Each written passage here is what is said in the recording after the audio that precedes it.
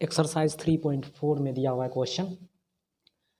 3.4 में फर्स्ट में 4 क्वेश्चन दिया हुआ है और उसमें क्या करना है, जनरल सॉल्यूशन फाइंड करना है और प्रिंसिपल सॉल्यूशन फाइंड करना है। तो मेरे पास यहाँ दो टर्म है, प्रिंसिपल सॉल्यूशन और जनरल सॉल्यूशन। तो प्रिंसिपल सॉल्यूशन क्या होता है कि किसी भी ट्रिग्नोमेट्रिक एंगल का, किसी भी एंगल का ट्रिग्नोमेट्रिक रेशियो जो है वो 0 से 2 पाई के बीच में हो, जितना भी सॉल्यूशन होगा वो उसको हम प्रिंसिपल सॉल्यूशन कहेंगे। ठीक है, तो चलिए हम एग्जांपल से देख लेते हैं कि साइन एक्स का, तो साइन एक्स का ग्राफ क्या होगा, ये होगा, ये 0, ये पाई और 2 पाई। तो ये जो साइन एक्स का ग्राफ है, तो ये पूरा जो होगा वो जनरल सॉल्यूशन कहलाएगा। तो जैसे कि आपको क्वेश्चन पूछ सकता है कि साइन एक्स इक्वल्स टू 1 का प्रिंसिपल सॉल्यूशन क्या क्या हो सकता है, तो हम 1 ड्रॉ कर देंगे। तो 1 का साइन एक्स इक्वल्स टू 1 का केवल एक ही प्रिंसिपल सॉल्यूशन होगा जो कि π/2 होगा। उसी तरह अगर आपको बोल दे 1/2, तो 1/2 1 से छोटा होगा, तो मानिए यहाँ दो से इंटरसेक्ट कर रहा है, तो इसका 2 प्रिंसिपल सॉल्यूशन हो जाएगा। और जनरल सॉल्यूशन होता है, ये ग्राफ आगे कंटिन्यू होगा, ये कंटिन्यू होगा, तो जब जनरल सॉल्यूशन होगा तो जनरल सॉल्यूशन में ये इनफाइनाइट तक लाइन जाएगा। तो इसमें हर 2 पाई वाले इंटरवल पे इसका 2 सॉल्यूशन होगा। तो इधर जितना 2 पाई का इंटरवल होगा उतना इंटू 2 जनरल सॉल्यूशन होगा। मतलब ये ग्राफ अगर इनफाइनाइट जाता है तो जनरल सॉल्यूशन भी इनफाइनाइट ही होगा। तो ये प्रिंसिपल सॉल्यूशन हो गया, मतलब 0 से 2 पाई में जितना सॉल्यूशन होगा वो प्रिंसिपल सॉल्यूशन कहलाएगा। बाद बाकी जो होगा उसको हम जनरल सॉल्यूशन कहेंगे, जनरलाइज सॉल्यूशन। ठीक है, तो चलिए उसी तरह 10x इक्वल्स टू √3, तो 10x इक्वल्स टू √3, तो 10x का √3 वैल्यू कब होता है, तो 10x इक्वल्स टू 10 π/3, 10 π/3, π/3 क्या हुआ 60 डिग्री, तो 10 60 का वैल्यू √3 होता है। तो 10x इक्वल्स टू π/3, 10 π/3, तो ये जो π/3 है ये इसका क्या प्रिंसिपल सॉल्यूशन आएगा, क्योंकि ये 0 और 2 पाई के बीच में है। और क्या हो सकता है, एक और होगा, क्योंकि अगर हम 10x का ग्राफ ड्रॉ करें तो देखिए यहाँ से ये π/2 और ये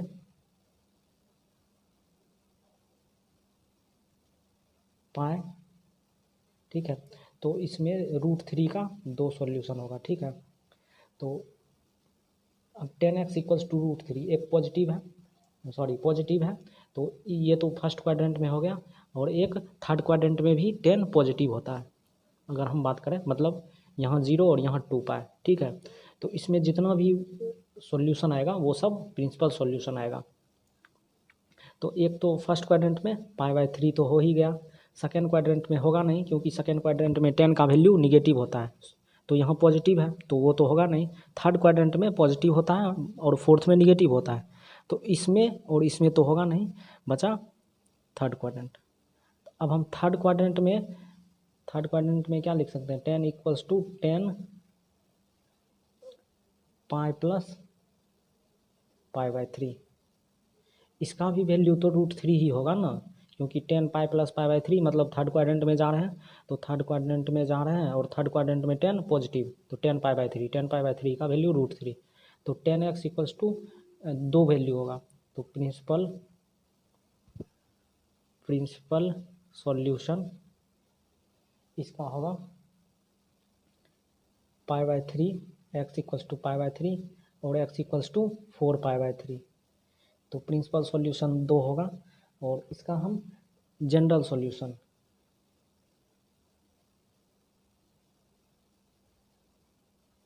तो जनरल सॉल्यूशन का 10x का क्या होता है, अगर 10x इक्वल्स टू 10 थीटा है, ये थ्योरी का पार्ट है, आपने ऐसा पढ़ा होगा, 10x इक्वल्स टू अगर 10 थीटा है तो x इक्वल्स टू होता है n पाई प्लस थीटा। ठीक है, तो मेरे पास यहाँ क्या है, 10x इक्वल्स टू 10 π/3 है, ये वाला 10x इक्वल्स टू 10π/3 है। तो यहाँ थीटा का क्या है, π/3 वैल्यू होगा। तो x का जनरल सॉल्यूशन होगा n pi plus π/3 where n belongs to integer z। ठीक है,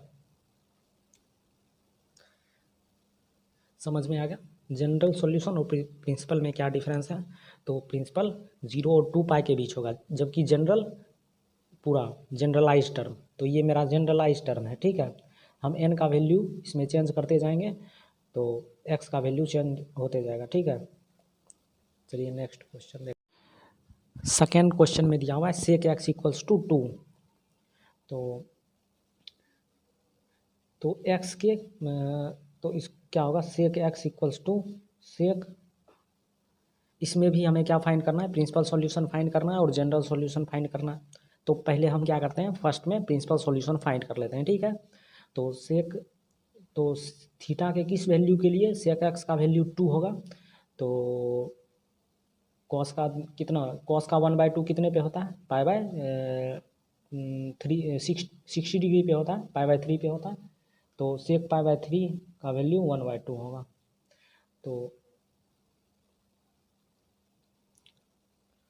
तो सेक एक्स का वैल्यू 2 दो बार होगा। एक प्रिंसिपल सॉल्यूशन की बात कर रहे हैं हम, एक फर्स्ट में तो होगा ही π/3 जो कि हम कंसीडर कर चुके हैं। सेकेंड में नहीं होगा क्योंकि सेकेंड में सेक निगेटिव होता है, साइन और कोसेक पॉजिटिव होता है, बाकी सब निगेटिव होता है। तो इसमें तो होगा नहीं। थर्ड में नहीं होगा क्योंकि थर्ड में टेन पॉजिटिव होता है, टेन कॉट पॉजिटिव होता है। बट फोर्थ में होगा क्योंकि सेक और कोसेक पॉजिटिव होता है। तो एक और जो होगा वो होगा sec x equals to sec 2π minus π/3। देखिए सेक 2π माइनस π/3 का भी वैल्यू 2 ही होगा क्योंकि हम सेकेंड क्वाड्रेंट से पीछे जा रहे हैं, मतलब सेक ही रहेगा और सेकेंड क्वाड्रेंट में सेक पॉजिटिव होता है। तो सेक π/3, तो सेक π/3 2। तो मेरा दो सॉल्यूशन आएगा, प्रिंसिपल सॉल्यूशन। तो x इक्वल्स टू π/3 और x इक्वल्स टू 5π/3, दो सॉल्यूशन आ गया। अब हम जनरल सॉल्यूशन की बात करते हैं।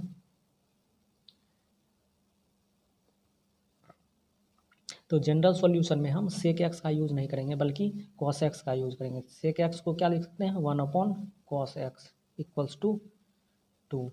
तो कॉस एक्स का क्या वैल्यू होगा, 1/2। अब कॉस एक्स का वैल्यू 1/2 होगा तो थीटा के किस वैल्यू के लिए कॉस एक्स का वैल्यू 1/2 होगा, π/6। तो cos x equals to π/3 cos π/3। अब ये किस वाले फॉर्म में आ गया, अगर cos x equals to cos theta मेरे पास गिवन हो, ऐसा रहता था तो x equals to general solution क्या आता है, 2n प्लस माइनस थीटा। ये आपने पढ़ा होगा थ्योरी वाले पार्ट में। ठीक है, 2n प्लस माइनस थीटा। यहाँ थीटा क्या है, π/3 है। तो सेम, तो x equals to 2n plus π/3 where n belongs to integer. ठीक है,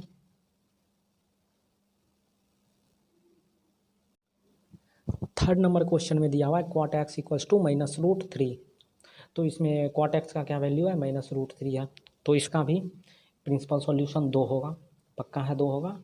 और वो किस किस में होगा, किस किस में होगा, चलिए पहले किस किस में होगा वो पता कर लेते हैं। देखिए फर्स्ट क्वाड्रेंट में सारा पॉजिटिव होता है तो इसमें तो होगा नहीं। सेकेंड क्वाड्रेंट में साइन और कोसेक पॉजिटिव, बाकी सब निगेटिव, तो इसमें होगा। थर्ड क्वाड्रेंट में टेन और कॉट पॉजिटिव, इसमें भी नहीं होगा। फोर्थ में होगा, ठीक है, क्योंकि कॉस और सेक फोर्थ में पॉजिटिव होता है। तो चलिए हम एंगल की बात कर लेते हैं। तो कॉट एक्स इक्वल्स टू -√3, यानी सेकेंड क्वाड्रेंट में एंगल होगा तो पाई से छोटा और π/2 से बड़ा। तो cot x equals to cot pi minus π/6।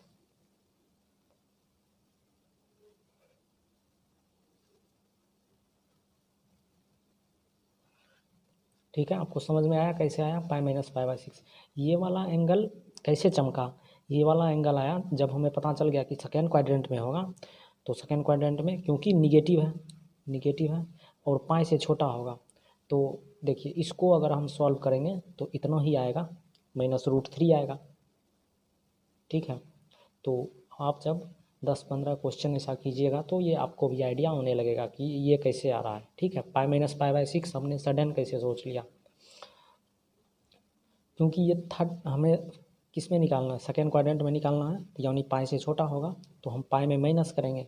ठीक है, क्योंकि पाई का यहाँ कोई इफेक्ट है नहीं, पाई का सिर्फ ये इफेक्ट है कि ये पाई से छोटा है तो निगेटिव पॉजिटिव करेगा, तो हमको पहले ही पता है कि ये निगेटिव है इसलिए हम पाई माने हैं। तो अगर हमें पता रहा था पॉजिटिव है तो हम पाई प्लस π/6 करते, तब ये एंगल जो है थर्ड क्वाड्रेंट में चला जाता और थर्ड क्वाड्रेंट में क्वाड पॉजिटिव हो जाता। ठीक है, इसलिए हम -π/6 किए। तो और एक जो है फोर्थ क्वाड्रेंट में क्वाड निगेटिव आएगा, तो इसमें हम क्या करेंगे, 2π से माइनस करेंगे, तो cot x equals to cot 2π - π/6। और क्या पहले तो आपको ये हमें पहले से पता है कि cot π/6 का वैल्यू √3 होता है। तो अब क्या करना है, सिर्फ चेंज माइनस और प्लस लगाना है, तो माइनस प्लस लगाना है, तो जब माइनस लगाना है तो माइनस किस में, सेकेंड क्वाड्रेंट में हो रहा है, तो हम ऐसा एंगल लिखेंगे, ऐसा एंगल फाइंड करेंगे जो कि निगेटिव हो, जिसके क्वाट का वैल्यू, तो पाई माइनस करेंगे तो ये सेकेंड क्वाड्रेंट में रहेगा, और π/6 ही माइनस कर रहे हैं तो ये सेकेंड क्वाड्रेंट में ही रहेगा, ये नहीं कि फर्स्ट में चला जाएगा, क्योंकि π/6 ही कर रहे हैं माइनस, जो कि इसका टोटल इंटरवल 90 डिग्री का है। तो पाई माइनस π/2 करेंगे या π/2 से बड़ा करेंगे तभी फर्स्ट क्वाड्रेंट में जाएगा, तो π/6 कर रहे हैं तो ये तो अल्टीमेटली सेकेंड में ही रहना है। ठीक है, तो उसी तरह हम ये निकाल रहे हैं। ठीक है, 2π - π/6। तो प्रिंसिपल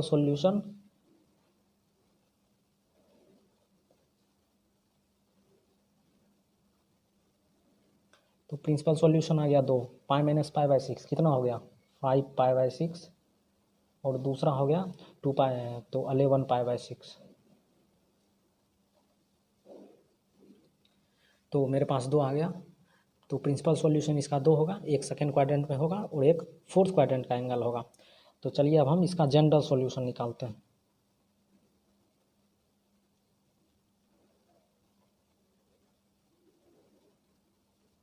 तो cot x मेरे पास क्या आया है, cot π - π/6। और एक बात का ध्यान रखना है कि जब भी हम जनरल सॉल्यूशन फाइंड करें, जो लोवेस्ट एंगल है, जैसे ये छोटा वाला एंगल है, तो हम इसको थीटा के मतलब इसको यूज करेंगे। ठीक है, ये नहीं कि 11π/6 यहाँ यूज नहीं करेंगे। तो cot x equals to cot 5π/6, और इसको क्या 10 में चेंज कर लेते हैं, तो 10x इक्वल्स टू 10 5π/6। अब आपको हम थोड़ा पीछे का बता देते हैं कि पीछे क्या चल रहा है। तो 10x हमने क्या पढ़ा था थ्योरी में, tan थीटा, तो x का जनरल थीटा क्या होता था, nπ + थीटा। तो यहाँ भी 10x इक्वल्स टू 10 5π/6 है, तो इसको हम एज ए थीटा ट्रीट करेंगे, तो x का जनरल सॉल्यूशन होगा nπ + 5π/6 where n belongs to z। ठीक है, फोर्थ नंबर क्वेश्चन में दिया हुआ है कोसेक x इक्वल्स टू -2, तो इसमें भी निगेटिव है। तो हम सबसे पहले ये हम पता कर लेते हैं कि कोसेक के किस एंगल के वैल्यू के लिए -2 होगा, कोसेक थीटा के किस वैल्यू के लिए कोसेक थीटा का वैल्यू -2 होगा। ठीक है, तो साइन 1/2 साइन के किस थीटा के लिए होता है, साइन π/6 के लिए, साइन π/6 इक्वल्स टू 1/2 होता है। तो कोसेक π/6 इक्वल्स टू 2 होगा। अब इतना पता चल गया। अब हमको क्या पुराना है, -1/2 के इक्वल कंप्लीट करना है, तो हम माइनस इसमें लगवाएंगे। माइनस लगाने के लिए हम एंगल वेरी कर सकते हैं, एंगल चेंज कर सकते हैं। जब फर्स्ट क्वाड्रेंट का एंगल लेंगे तो +2 रहेगा। सेकंड क्वाड्रेंट का एंगल लेंगे तब भी +2 रहेगा। थर्ड क्वाड्रेंट का एंगल लेंगे तो तब माइनस रहेगा। और फोर्थ क्वाड्रेंट यानी कि थर्ड और फोर्थ का यूज करना है हमको। तो अगर हम एक बार थर्ड यूज करें तो cosec x equals to cosec pi plus पाई/6। आपको समझ में आ गया होगा पाई प्लस पाई/6 हमने क्यों लिखा है, क्योंकि हमें थर्ड -2 लाना है, -2 आना चाहिए। तो थर्ड क्वाड्रेंट में कोसेक निगेटिव आता है और पाई/6 का पता है कि 2 आता है। तो जैसे ही हम एंगल को थर्ड क्वाड्रेंट में ले जाएंगे तो -2 आ जाएगा। और फोर्थ क्वाड्रेंट का cosec x equals to cosec 2 pi minus पाई/6। तो मेरे पास प्रिंसिपल सॉल्यूशन 2 आ गया।